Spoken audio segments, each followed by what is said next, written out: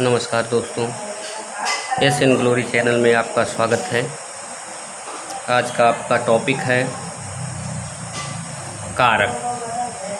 अब हमें ये देखना है कि कारक क्या है। ये देखना है कि कारक क्या है। तो संज्ञा अथवा सर्वनाम, संज्ञा अथवा सर्वनाम को क्रिया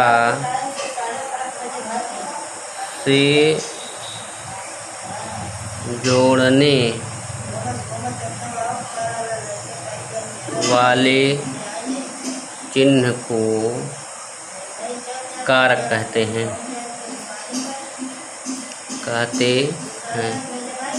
संज्ञा अथवा सर्वनाम को क्रिया से जोड़ने वाले चिन्ह को कारक कहते हैं।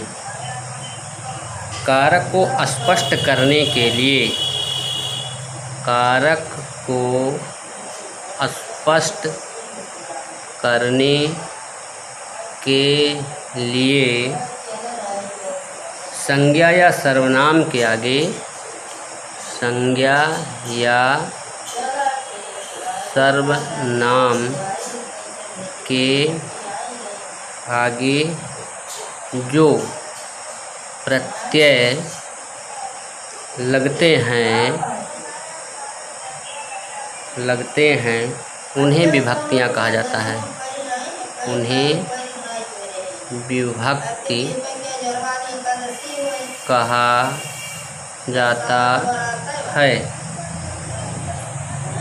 विभक्तियों से बने शब्द को पद कहते हैं।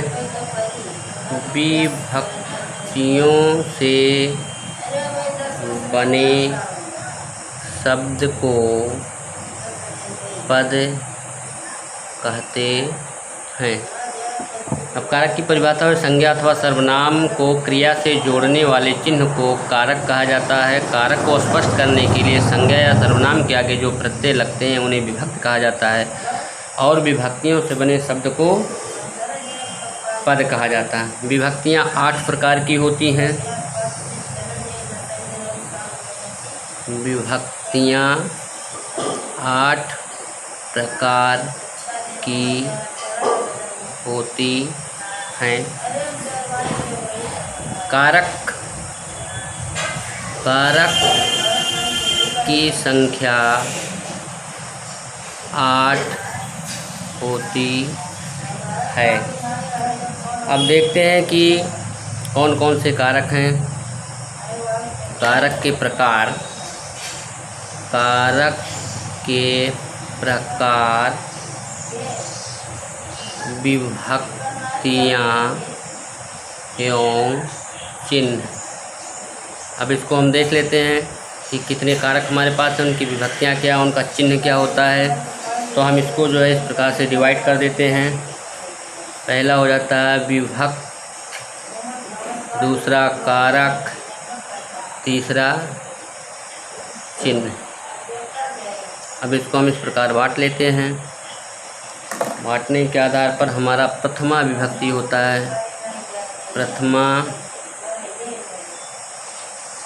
कर्ता कारक, इसका चिन्ह होता है ने। जो काम करे या क्रिया, अर्थात जो काम करे या क्रिया। दूसरा आपका होता है द्वितीया कर्म कारक, इसका चिन्ह होता है को। तृतीया विभक्ति करण कारक, इसका चिन्ह होता है से अर्थात द्वारा। चतुर्थी विभक्ति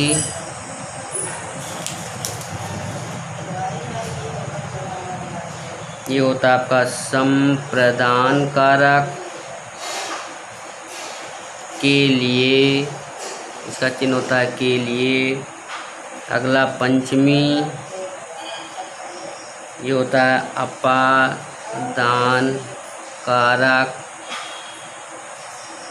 का होता है चिन्ह से, अर्थात अलगाव, अलग करना।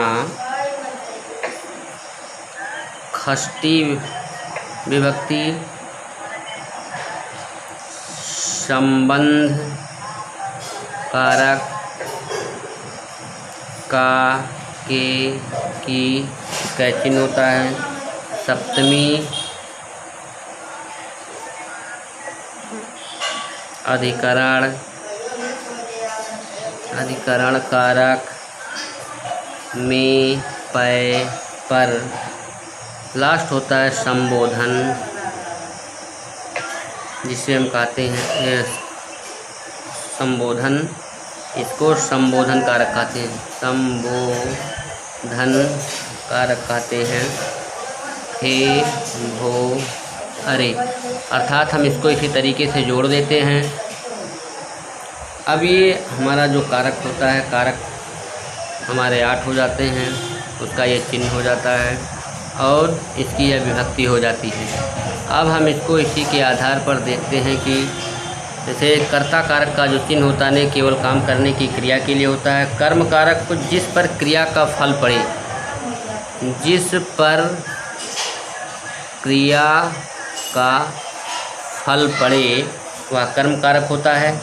करण कारक क्रिया का साधन होता है, क्रिया का साधन।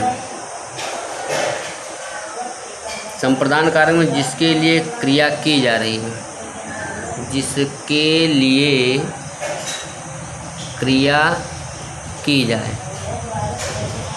जाए, ये तो अलग होना, ये अलग होना हो गया। एक का दूसरे से संबंध, एक का दूसरे से संबंध,